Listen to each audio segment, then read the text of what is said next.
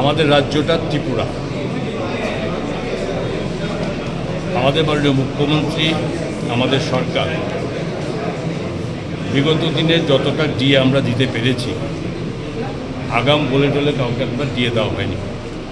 আমাদের অর্থনৈতিক অবস্থানের সঙ্গে একটা মিলিয়ে আমরা যখন যেমন তখন আমরা দিয়ে দেওয়ার চেষ্টা করেছি। আমাদের লক্ষ্য ছিল যে সেন্ট্রাল গভর্নমেন্টের সাথে স্টেট গভর্নমেন্টের ডিএটাকে ফারাকটা কমিয়ে দেওয়া, এবং সেই কমা থেকে যখনই আমরা দিয়ে হয়তো নেক্সট আবার সেন্ট্রাল গভর্নমেন্ট দিয়ে দিচ্ছে, তার জন্য আমরা কমাতে এখন পর্যন্ত 19% আমরা ডিফারেন্স আছে, এবং সময়ের সঙ্গে সঙ্গে সেটা করার জন্য সরকারের মাননীয় মুখ্যমন্ত্রীর এটা মাথায় আছে। কিন্তু একটা কথা জেনে রাখতে হবে যে দিয়ে দিতে গেলে যে টাকার প্রয়োজন, আপনারা সবাই জানেন সারা ভারতবর্ষেই সমস্ত স্টেটগুলোর সাথে যেখানে রেভিনিউ গ্যাপ ফান্ড, যেখানে বাৎসরিকভাবে আমরা 4,000 crore আমরা পেতাম, 4,000 কোটি টাকা আমরা পেতাম, সেই 4,000 কোটি টাকা শুধু আমাদের নয়, সারা ভারতবর্ষের প্রত্যেকটা স্টেটের জন্য রেভিনিউ গ্যাপ ফান্ড তুলে দিয়েছে।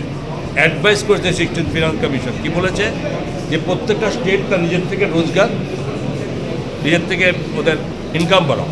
তো আমি এবার আমি আপনাদের মাধ্যমে বলতে চাই, আমাদের ইচ্ছা আছে কর্মচারীদের কম দিয়ে সরকার ভালো চলে না বা কেউ আশা করে না, কিন্তু এটাও বলতে হবে যে দিতে গেলে তার সাজেশনও আমার লাগে যে আমরা দিতে গেলে কিভাবে দেব। আমরা তো 1 টাকার রেভিনিউ আমরা কখনো আমরা ট্যাক্স বাড়াইনি, নর্মাল চলছে। গত 9 বছর, আজকে 8 বছর কমপ্লিট, 9 বছরও করেছে, 9 ইয়ার্স আমরা সরকার পরিচালনা করছি। এখন পর্যন্ত আমরা একটা টাকা কোথাও ট্যাক্স আমরা কারোর উপর চাপিয়ে দিইনি। তাহলে আমাদের ইনকাম কোথার থেকে আসবে, কীভাবে করব, এটা নিয়ে গভীর আলোচনা চলছে, ডিসকাশন চলছে। মাননীয় মুখ্যমন্ত্রী ভাবছেন এবং মাননীয় প্রধানমন্ত্রী থেকে শুরু করে এবং যেখানে যা বলা যায় রাজ্যের আমাদের এই অর্থনৈতিক অবস্থা আমরা তুলে ধরার চেষ্টা করেছি, এবং সেগুলো আগামী দিন দেখতে হবে, এবং সেটা দেখার পরে একটা ভাবনা আমরা